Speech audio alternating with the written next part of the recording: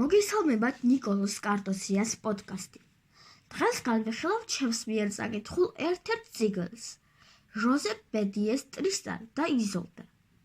ჟოზეფ ბედიე ფრანგი მედიევისტი, ცალკეული ფრაგმენტებისა და ვარიანტების საფუძველზე პროზაული ფორმით აღადგენს კელტური წარმოშობის ამ უძველეს ლეგენდას.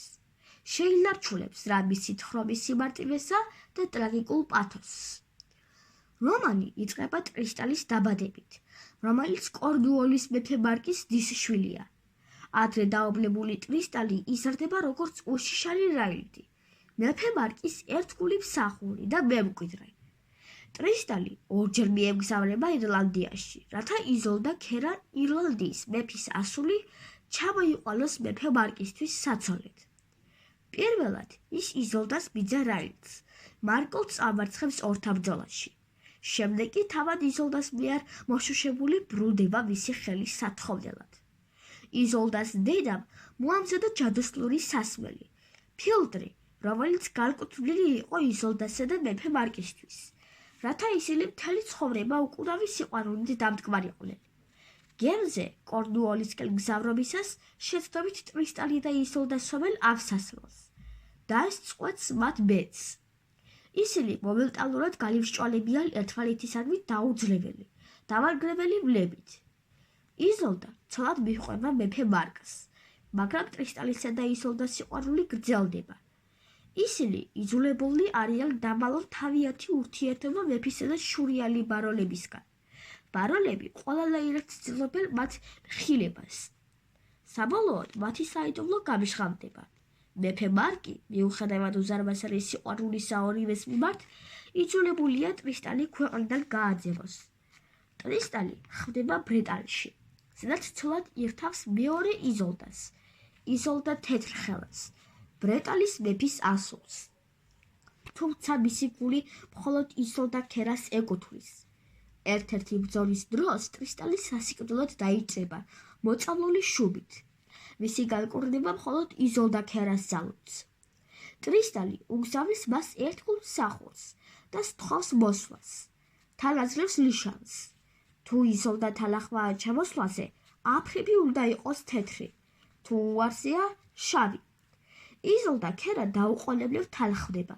გემი უახლოვდება ნაპირს.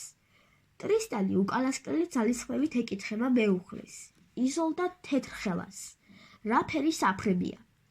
შურითა და ტანჯვით შეპყრობილი იზოლდა თეთრხელა ცრუობს და ამბობს, რომ აფრები შავია. ამ ტყუილის გამო ტრისტანი სასოწარკვეთილებით ემშვიდობება სიცოცხლეს. იზოლდა ქერა ნაპირზე გადმოდის.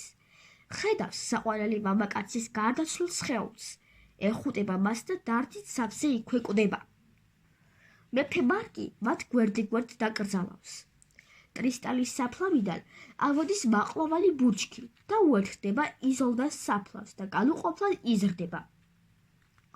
ჟოზეფ ბედიეს „ტრისტან და იზოლდა“ არის არამხოლოდ სასიყვარულო ისტორია, არამედ ღრმა ფილოსოფიური და ლიტერატურული მნიშვნელობის მატარებელი ნაწარმოები. პირველი, ბედისწერისა და ჯადოსნური ფილტრის დომინირება. რომანის ცენტრალური მოტივია ბედისწერის ძალა, რომელიც სიყვარულის ფილტრით არის განხორციელებული. ტრისტანისა და იზოლდას სიყვარული არ არის თავისუფალი ნებასურვილის შედეგი. ეს არის დაუძლეველი ძალა, რომელიც მათ გარედან მაგიური გზით მოევლინა. ეს ხსლის პასუხისმგებლობისგან, მაგრამ ამავდროულად მათ აქცევს ტრაგიკულ მსხვერპლებად. სიყვარული აქ არ არის ბედნიერება, არამედ დამსჯელი ნება, რომელიც მათ გარდაუვალი სიკვდილისკენ მიუძღვის. მეორე, სასიყვარულო სამკუთხედის ტრაგედია. ამ რომანში სასიყვარულო სამკუთხედი ტრისტანი, იზოლდა, მარკი განსაკუთრებით ტრაგიკულია, რადგან მეფე მარკი არ არის ბოროტი ან შურისმაძიებელი. ის არის კეთილი, მოსიყვარულე ბიძა, რომელსაც თავდაპირველად მართლა უყვარს იზოლდა და ტრისტანიც. მისი ტანჯვა ორმაგია, ღალატი უსიყვარლესი ადამიანებისგან. ეს სამკუთხედი არა ბრძოლა, არამედ ტანჯვა ყველა მონაწილისთვის. მესამე, სიკვდილი როგორც სიყვარულის ერთადერთი დასასრული. ტრისტან და იზოლდა აყალიბებს შუა საუკუნეების რომაული სიყვარულის ერთ-ერთ მთავარ თემას. სიყვარულის სიკვდილამდე. სიყვარულის ფილტრი სამუდამოა და მისი სრულყოფილი განხორციელება მიწიერ, ცოდვილ სამყაროში შეუძლებელია. ერთადერთი ადგილი, სადაც მათი მლება თავისუფლად შეიძლება არსებობდეს, სიკვდილის შემდეგი მარადიულობაა.